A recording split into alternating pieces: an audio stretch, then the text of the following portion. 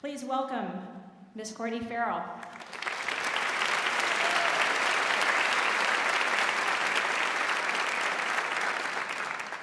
I'm not very good at standing still or standing at a podium. So I'm gonna just pull out all the things in my pocket and grab the mic and roll. So I wanted to start by telling you a story. I went to the University of Virginia for college many years ago, and my first day on campus, we were asked to go see our advisor. And then so I walked around, I found this little room, I walked in, and my advisor was sitting on the desk, and he was wearing a cowboy hat, and he had a button-down shirt, kind of unbuttoned uncomfortably low, and blue jeans and a big belt buckle. And all of that disturbed me just a little bit, and he said, welcome to college. All of you in here are gonna pay about the same amount of money to go here. Some of you are from in-state, some of you are from out of state, but in the end, it comes through in the wash. You're gonna pay about the same amount to go here. And you'll all be here for about 4 years. Some of you may graduate early, some of you may stick around for a little while, but for the most part, we're all here for about 4 years. And at the end of that time, you're all gonna get a diploma that looks just like the person sitting next to you, only it's gonna have your name on it. And then he said this: some of your diplomas are gonna be worth more than others. And he got up and he walked out of the room. That was my introduction to college. And of course, being the person that I am, I thought, what's my diploma gonna be worth? What's it gonna be worth? And I had all these grand ideas. And it reminds me about what we have as sort of our theme today, which is build your own story. I think that's what he was saying. I think what he was saying is that each of you have this opportunity to build your own story. You don't have to do college like everyone did college before you. And I would say that to all of us in the room. Today, I want to start a conversation. I am so passionate about creativity and innovation. I've worked in service of it for 20 years, especially in business. But if I really had to break it down and tell you what I'm all about, is I spend my days trying to awaken the creative spirit in other people and keep my own creative spirit alive and entertained and amused. And so today I want to start a conversation. I want to start a conversation between all of us. And let me tell you what I mean by conversation. So I was in, I'm going to stop for a second. Can we turn the lights on? I have a really good reason for it. So can we just turn the lights on? Just leave it like that. We should be able to see each other. We came here to see each other. It's not just me, it's all of you. Like, look around to the person next to you just really quickly. Just like, look around. Look at this, people. Look at those faces. I want to start a conversation. We got to be able to see each other. Let me tell you what I mean by conversation. I was in church a bunch of years ago, like 15 years ago. I've been since. But on this particular day, the preacher at my church called all the little children to the front as some kind of comic relief in the middle of the service. And he brought them all up. He said, kids, what's brown and furry and has a big, long, bushy tail and climbs up trees and gathers nuts? It was silent to the point where I, as an adult, actually wanted to yell out what the answer was. And finally, he picked on this one little boy. He said, Malcolm, do you know what the answer is? And the little boy stood up and he said, I know the answer's supposed to be Jesus, but it sure sounds like a squirrel to me. And I heard that, and I was like, oh, it's so good. And I took that little welcome card and the little teeny pencil with no eraser on the end, and I wrote it down because I thought that's what a conversation is. It's where you just like say what you think it is, and you don't care if it's wrong. It just kind of what bubbled up inside. That's the kind of conversation I want to start. And I want to start a conversation around how we build our own story. How we build our own story. What does that really mean? Those aren't just words on the screen. And so today I'm just going to tell you a bunch of stories, and some of them are going to hit, and some of them aren't. But it's what I believe you're going to need to just build your own story. Are we good? Everyone good? Woo! So, I have 3 children, and I heard that thing before, like, someone who really does do it all. I don't do it all very well. But I have these 3 children, and 2 girls and a boy, and my second child was going off to kindergarten, which is a big deal. Like, kindergarten's a big deal in the life of a mother. Also in the child, I think, but much more in the life of a mother. And so I wanted to do kindergarten really well. I was going to be the mother that had it locked up. So a second child, I'd already had my starter run with my first child. It went okay. My second child, it was going to be like, ugh. And so I took her out into the front yard, and I got down on one knee, and I opened up her little hand. Her name is Rosewell. And I put an acorn in her hand. And I said, Rosewell, look at this acorn. It knows that it is going to be an oak tree one day. It doesn't care what we think. It knows it. It knows it down in its DNA. Even though it doesn't even look like anything like an oak tree, it knows it's going to be that. And that is self-confidence. It's knowing that one day you are going to be a pillar in your community. Even though you might not look like it right now, you're going to be a big, strong pillar in your community. And I put that in her little hand, and I closed her little hand up. And in her other hand, I put a kiss. And I said, that kiss is a love of me and your father and your sister and your grandparents and your uncles and your neighbors. And with confidence and love, you can do anything, including walking into school tomorrow with your shoulders back and no tears. Do you understand? She said, yes, ma'am. So the next day, we get up, we get into the car, big sister, little sister, we're driving to school. We pull up in the carpool line. They open the door. I see her. She's got the kiss in one hand. She walks into school like this. I am so proud of myself, I can hardly stand it. I must have run 2 red lights going home just so I could call my friends and tell them how parenting is done. So I get home and the telephone rings and it's the school.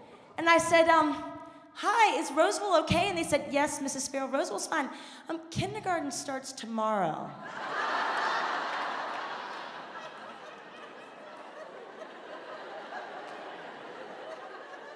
If you're wondering why you didn't win Parent of the Year award last year, it's because I had it locked up.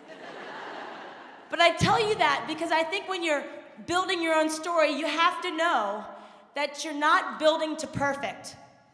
And as women, we strive for some bizarre reason for perfect.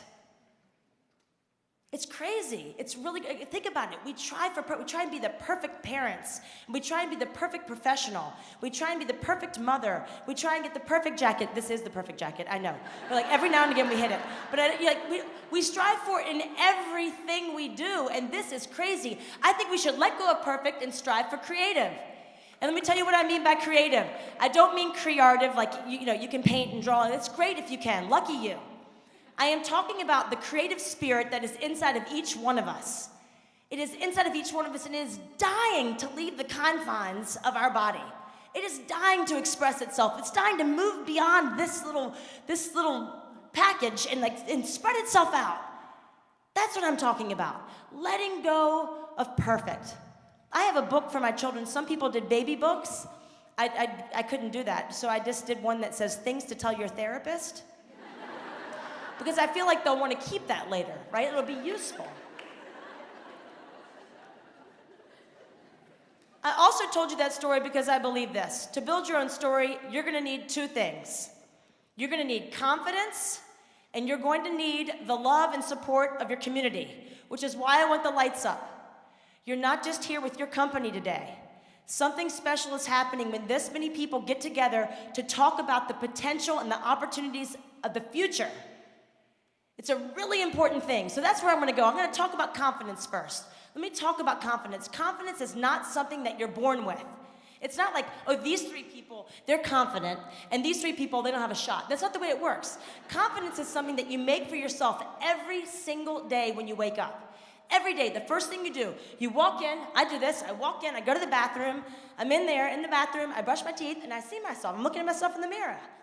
And every morning, I find something I like about myself. I find something I like about myself, and I say, hello, beautiful, every single morning. And what I like about myself is this little sparkle. I've got this little sparkle in my eye, and it's going to be there when I'm an old, humpback, wrinkly woman. It's going to be there, and the sparkle's so shiny that you're not going to notice the wrinkles, or you're going to think they're charming because of that little sparkle, and I love it, and every morning I tell it that I love it, right? And that just starts me off with a little hello, beautiful. And building confidence is actually something that simple. It's that simple, and you can't go like, oh, that's a cute little story. I mean, I won't do it, but like, that's cute. But you have to do it. And then I also think body language really helps because sometimes we don't feel confident. And I tell this to young people, but I actually think it's important for all of us to think about it too. Body language actually informs how you feel about yourself, right? You gotta have your chin up. Not this, chin up. You gotta have your chest out. You have to have light in your eyes alive, and you gotta smile. Just do that for me, just say it with me. Chin up, chest out, eyes alive, smile. Do it again, chin up, chest out, eyes alive, Smile. Now do come on, say it, chin up, chest out, eyes alive, smile. And I made you do that 3 times because I want you to think that. So the next time you're feeling a little low and a little insecure, you can say, come on now, chin up, chest out, eyes alive, smile. Look around.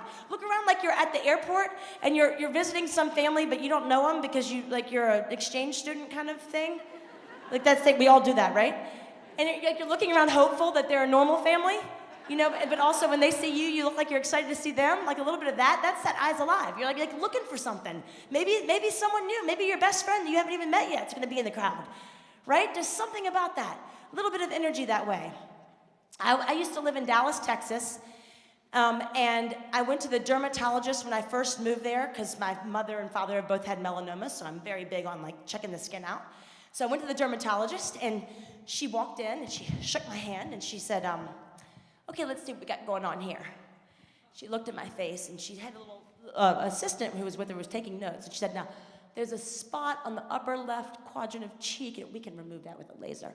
There's some wrinkling on that, and I said, whoa, what are you doing? What are you doing? What are you doing? There's nothing that you have in this office, not one thing that you have in this office that can make me feel any better about myself than I already do.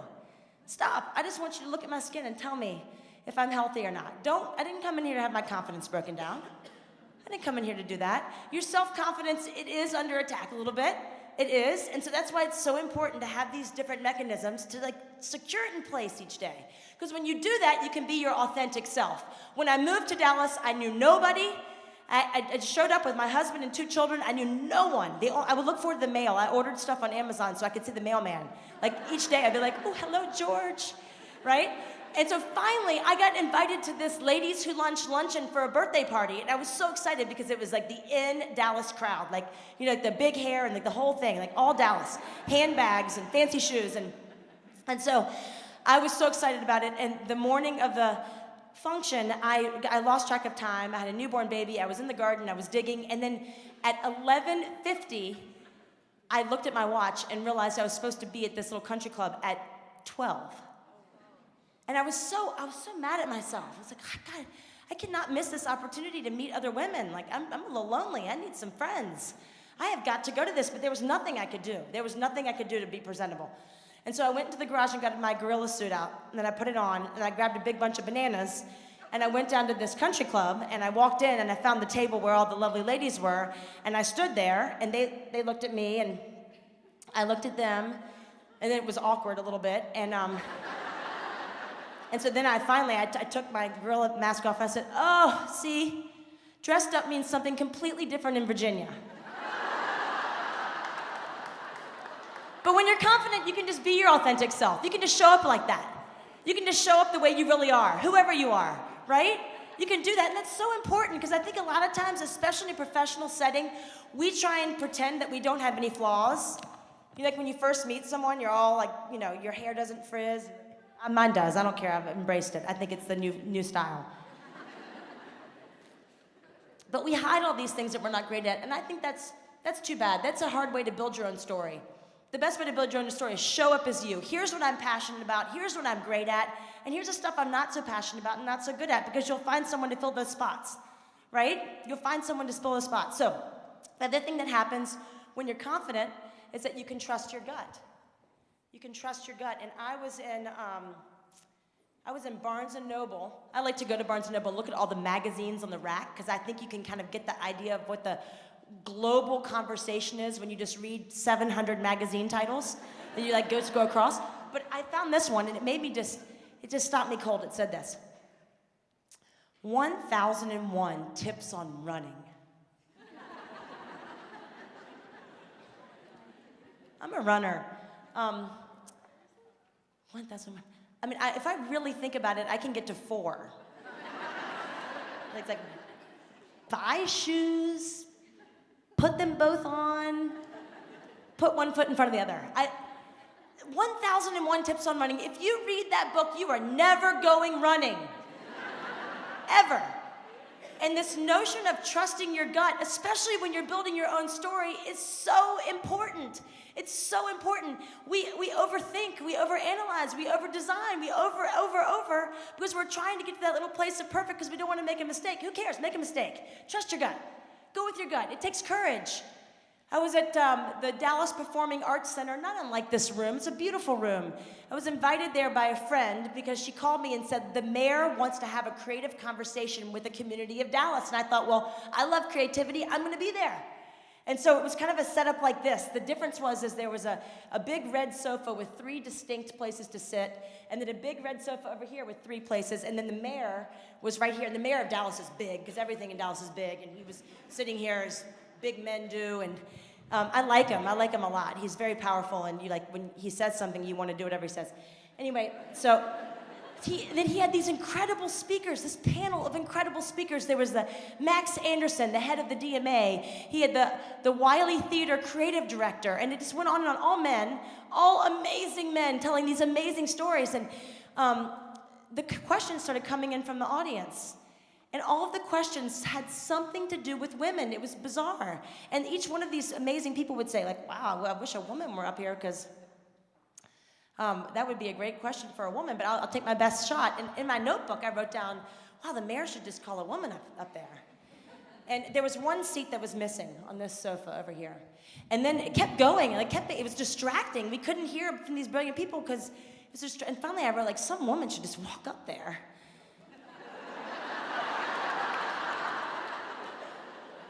And then I couldn't hear anything anymore. And then I was like all in my head, and I'm like, okay, really? Some woman should walk up, they could have walked the walk, girl. And I was like, I do not want to do this. I just want to come sit in the thing. Why does it always have to be me? And I had this thing, and then I was like, this is ridiculous. I should just go home now, because I'm not going to be able to hear anything, hear anything. Anyway, so I was right about where you are, right there, where the loveliness of you is, right? So I just kind of like slowly walked over and walked down. And then when the mayor had his head turned, I just walked on stage and just sat down in the empty chair.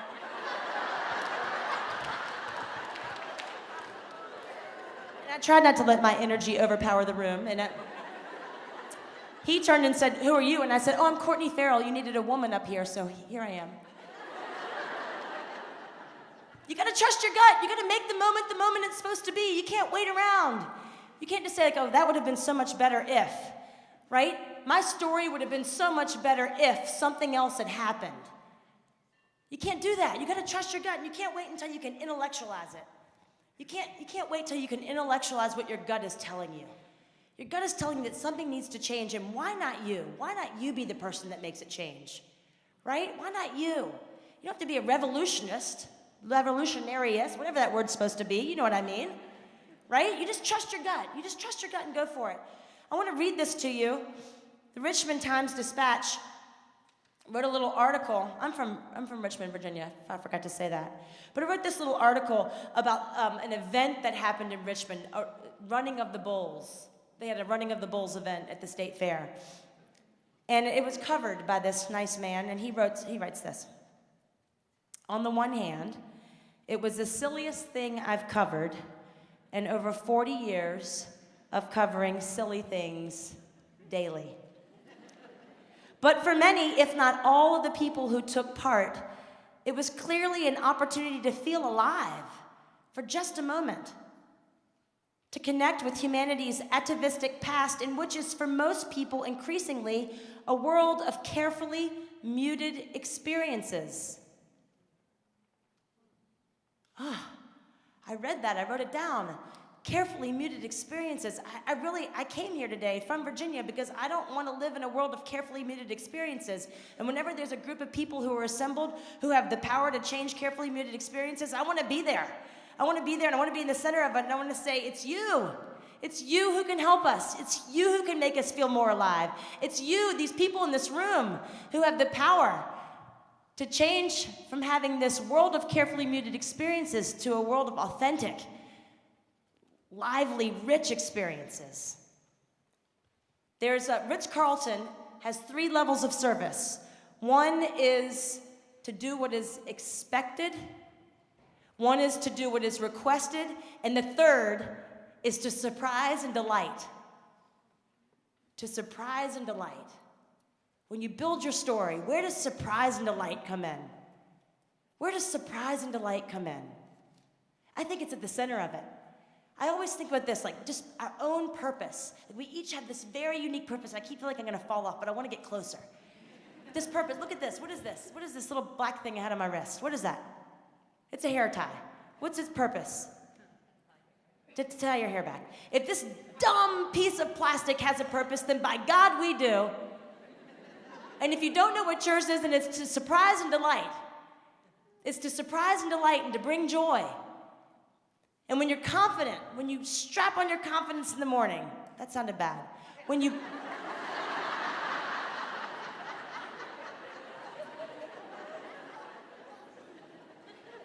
I'm just gonna go right to the point. I don't even know how to segue into this. Ideas are at the center of that. Ideas are so exciting. Ideas have energy. And we need to start talking and sharing ideas just a little bit more. Ideas, I have a bunch of ideas. One is, what if a fork had a fan on it? So when you picked up hot things, it made it cool before you got it to your mouth. No more blowing and having it fall back in the bowl. What if we wore t-shirts that said A, B, C, D, and then 1, 2, 3, so I could say, hey, could you scratch my back at A17?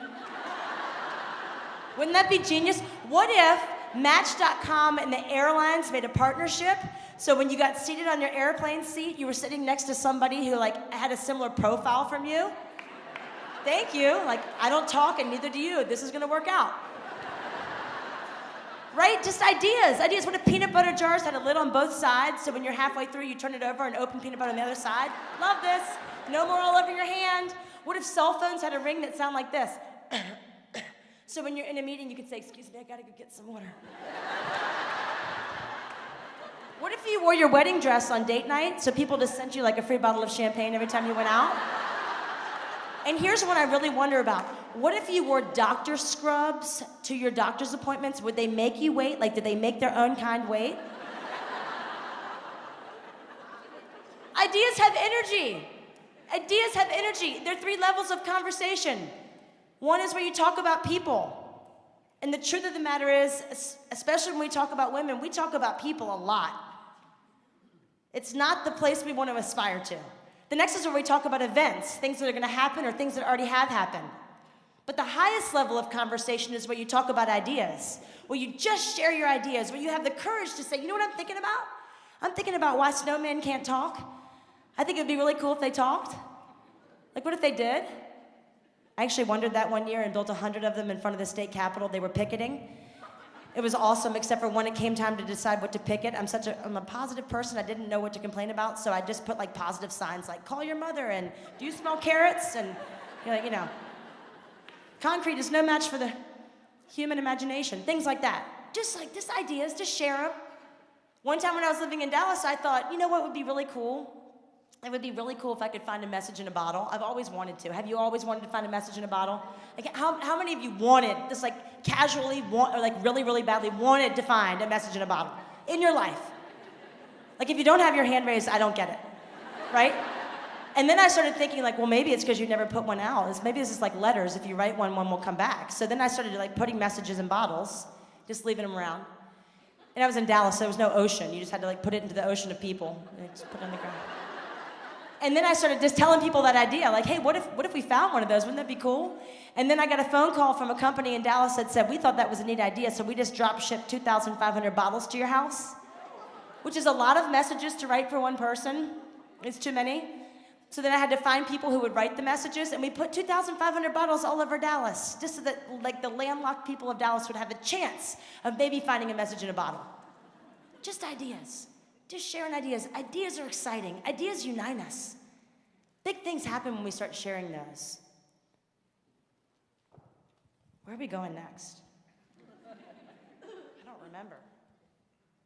It's so fun when that happens. So I think we live at an unprecedented time for creativity. And I don't want you to sit there and say, well, this part of the conversation isn't for me because I'm not creative. I'm not talking about that. I'm talking about the creative spirit that lives inside of each one of us.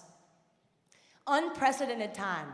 We can question things. We can ask provocative questions about all sorts of things, and the environment is right for that. We can make bold statements. Look at TED Talks. Those are just regular people standing up, making a bold statement about something they believe. They tell you a little story which makes you connected to it, and then they invite you to participate. That's all a TED Talk is. We each have one inside of us. We just believe something. We believe it down in our very core, and then we tell a story about it, and then we invite people to participate. Steal that. Believe something. Tell a story and invite people to participate. Stories are powerful. The reason this is about building your own story is because stories are powerful. They connect people not only with the idea and what you stand with, but they connect you emotionally. And being connected emotionally is so ever important as we move into a heavy technological world. As we move forward, being connectedly emotional is so important. It's so important. Being able to ask those questions. So Kurt Vonnegut, one of my favorite writers, he asked a question like, why are there 4 seasons? Why are there 4 seasons? Are there really 4 seasons, he said? And then he made a bold statement. He said, I don't think they're 4, I think they're 6. I think there's 6 seasons. Let's see, how does he do it? He says, July and August, those are clearly summer. You can't deny that July and August are summer, right? And then you get to September and October, those undeniably fall. But then like November and December, are those fall or are those winter? He doesn't think so. He thinks it's a whole new season. He calls it the locking, where things are locking down. January and February, sure, winter. But then there's that March and April. March and April do not feel like spring, and they don't feel like winter. It's something in between. He calls it the unlocking. And then you go in for spring, which is that May, June. And I'm just telling you that because I think it's fascinating to actually question the seasons. We should actually be questioning the seasons, that kind of visceral stuff. So just put that into your own lives and your own jobs. What is it that we're not even questioning, that we could be questioning with our creative spirit? I once did a job with JP Morgan Chase, and they were merging with Bank One.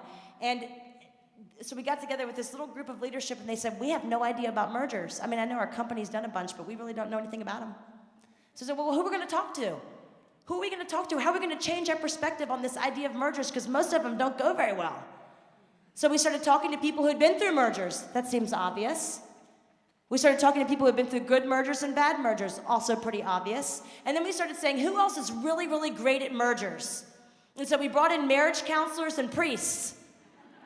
They know more about mergers, right? They know a lot about mergers, how they like bring people together. And then we brought in the commandant of VMI, which is the Virginia Military Institute, who was made in the 1992 or 3 to make that all-male school co-ed. And had to say, like, how did you merge women into that field? But they really started to look at things from a completely different perspective, how they really went out and changed their perspective. Your desk is a terrible place to get new ideas. You have to change your environment. You have to be very physical about changing your perspective. Very physical about that. I want to talk about struggle for a second. Struggle is a big part of all of our lives. It's just true. It's not necessarily easy. It's not necessarily easy. I'm going to tell you a couple of stories. I went and heard a guy from Burundi. I always want to say Djibouti because it's a more fun name. But he was from Burundi. And he was talking about how in the morning he and his friends would walk 3 miles to go get water, and then they'd bring it back, and then they'd walk to school 4 miles. Only he wasn't complaining. He was just saying it like that was just like I went to get ice cream and I came back. It was crazy. And so I started thinking, what struggle have I removed from my life that would actually make my life richer if I put it back in? And so I went home and told my children at the time, they were 5 and 3, I said, we're walking to school. I know it's a mile and a half, but we're walking. We're putting that struggle back in. We're not just going to drive. So we started walking to school. And I actually drugged them the first couple days. But over the time, we would talk, we'd have good time together, we'd sing, we'd all get in 3-mile walk. I'd get in 6 by the end of the day. We get to be outside. We put struggle back into our life, but it actually ended up making my life a little bit better. And I'm married, and my mother-in-law says that men may be different, but husbands are all the same. So I want to read you this, and some of you have heard this before, and I don't have a ton of time left, but I'm going to read this. So we were going to throw a dinner party together. I said, do you want to throw a dinner party together? And he said, yeah, I'd love to throw a dinner party together. And then after the dinner party, I wrote this poem, and it says this. When we first spoke about the idea of a dinner party, I could see the two of us laughing side by side, wearing matching aprons. You crying from the sting of the chopped onions, me hands deep in meat marinade. Once cooked, I would pop a piece of lamb into your mouth and you would roll your eyes back and say something in Italian or French. Our guests would arrive as you put the final hydrangea in the centerpiece. I would hand them each a glass of sangria we'd prepared together the night before. You'd give hugs and a welcome clap of joy at their arrival, despite having met just twice before, and quickly begin the tour of the presentable parts of the house. We'd smile under the glow of the brass art lighting and talk about the latest piece we just couldn't keep ourselves from buying. After the right amount of welcome, goat cheese, figs, and prosciutto, we'd make an easy transition to the table. Our meal would be a gastronomical aria. Light but filling, we'd pretend we always ate this way, winking at each other at the triumphant joy of entertaining well. When we first spoke about the idea of a dinner party, I forgot temporarily that you don't hug as a matter of course, especially people you don't know, and you have never clapped your hands as an expression of joy. We don't own matching aprons, and we don't yet have brass lighting for the painting I did last year as a way to pass time in a new town before friends to invite to dinner. And when we first spoke about the idea of a dinner party, I neglected to check the PGA website to see if the distraction of golf would pull you from the task of trash and leaves scattered on the back porch. And it occurs to me as I stand in the kitchen, simultaneously preparing the sangria in glasses I'd hand-washed, putting a final hydrangea in the centerpiece, mixing meat marinade while a tear ran down my cheek from the onions, that Tiger must be doing poorly in the opening rounds of play. And I realized that when we first spoke about the idea of a dinner party, you could see all of this with perfect clarity.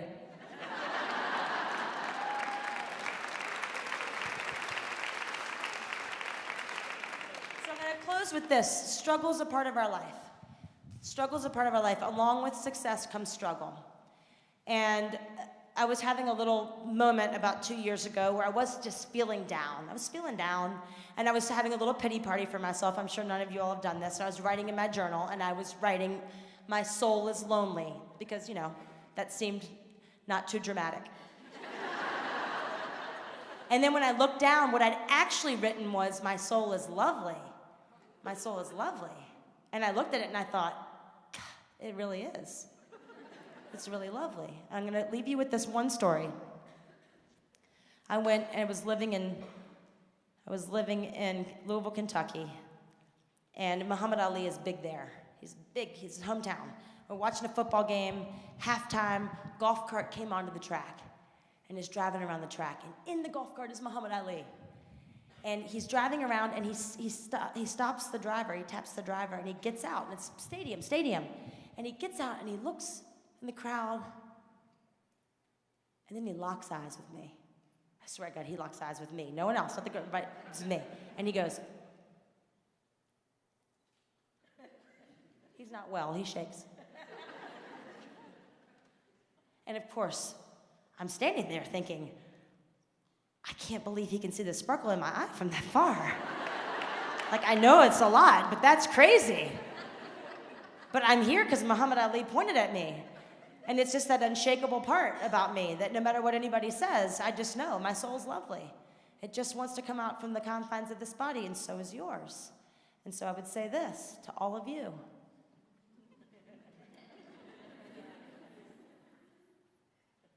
It's up to you to end the carefully muted experiences. It's up to you to let your soul leave the confines of your body. And I can speak that way because I can make it fancy and sound all professional, but let's not. Let's strip it down to that. That's what it is. That's what we're doing here. There's an incredible opportunity. Man, woman, child, beast, we have a chance. We have a chance to really build something, and it's the life that we want to live. Our job is to put more life into life. That's what our job is. And it's exciting, and I'm so pleased and honored to have been here today with you all. Thank you.